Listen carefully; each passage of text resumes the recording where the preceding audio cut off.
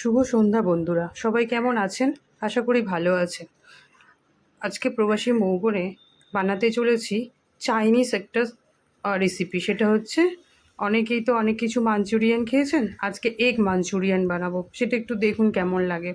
তো সেই জন্য লাগছে আমাদের সমস্ত সবজি। মানে আমি এখানে কিন্তু বাঁধাকপিটা দিচ্ছি না, তাহলে ভেজ ভেজ লাগবে।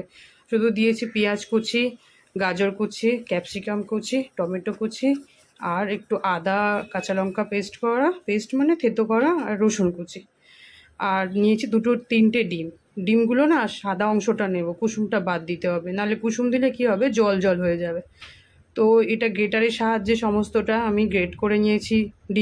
ডিমের সাদা অংশগুলো, তারপর সব সবজিগুলো দিয়ে দিয়েছি। দিয়ে এবার অল্প অল্প করে মাখতে শুরু করেছি। তো এবার মাখার মধ্যে এবার মশলার মধ্যে দেবো আমি এখানে ব্ল্যাক পেপার দিলাম, এটা গ্রিন চিলি সস দিলাম, টমেটো সস দিলাম, আর একটু দেবো ভিনিগার দেবো, প্লাস তার সাথে আমি একটু দেবো সয়া সসও।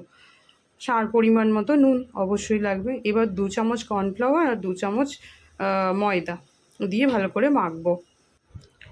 মাখাটা এমনভাবে মাখতে হবে মানে যাতে জল জল ভাব না হয়ে যায়, যেহেতু সবজি আছে তো নুন দেওয়ার ফলে জল কাটবে, সেজন্য সঙ্গে সঙ্গেই মেখে সঙ্গে সঙ্গেই ভাজতে হবে।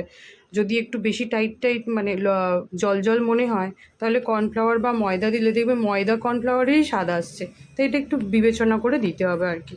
তারপর তেলের মধ্যে বলের আকার দিয়ে শেপ দিয়ে আর ওটা ভাজতে হবে হালকা তেলে। এবার একটা সস বানিয়ে নেব, যেটা আর কি মাঞ্চুরিয়ানের যে গ্রেভিটা করব তার জন্য। তাহলে সমস্ত সসগুলো দিয়ে দিলাম, chilli sauce, soya sauce, tomato sauce, গোলমরিচ, ভিনিগার, আর দেব গুঁড়ো লঙ্কা, আর একটা হচ্ছে কর্নফ্লাওয়ার 2 চামচ গুলে আলাদা করে রেখেছিলাম ওই গ্রেভিটা ঘন হওয়ার জন্য। এবার বাকি যে রেস্টের সবজিগুলো ছিল সেগুলো দিয়ে, রসুন আর কাঁচা লঙ্কাটা আগে দিয়ে দিয়েছিলাম, তারপর সমস্ত সবজি দিয়ে ভেজে ভেজে সসটাকে দিয়ে দিয়েছিলাম।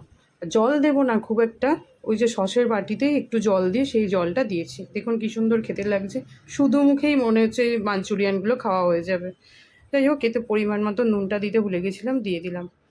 ওদিকে সসটা ফুটে গেছে, ওতে বলগুলো দিয়ে দিলাম, আর গার্নিশিংয়ের জন্য একটু ধনেপাতা দিয়ে। কেমন লাগলো বন্ধুরা ঝটপট সহজেই মাঞ্চুরিয়ান, তাও আবার এগ মাঞ্চুরিয়ান? ভালো লাগলে অবশ্যই আমাকে জানাবেন।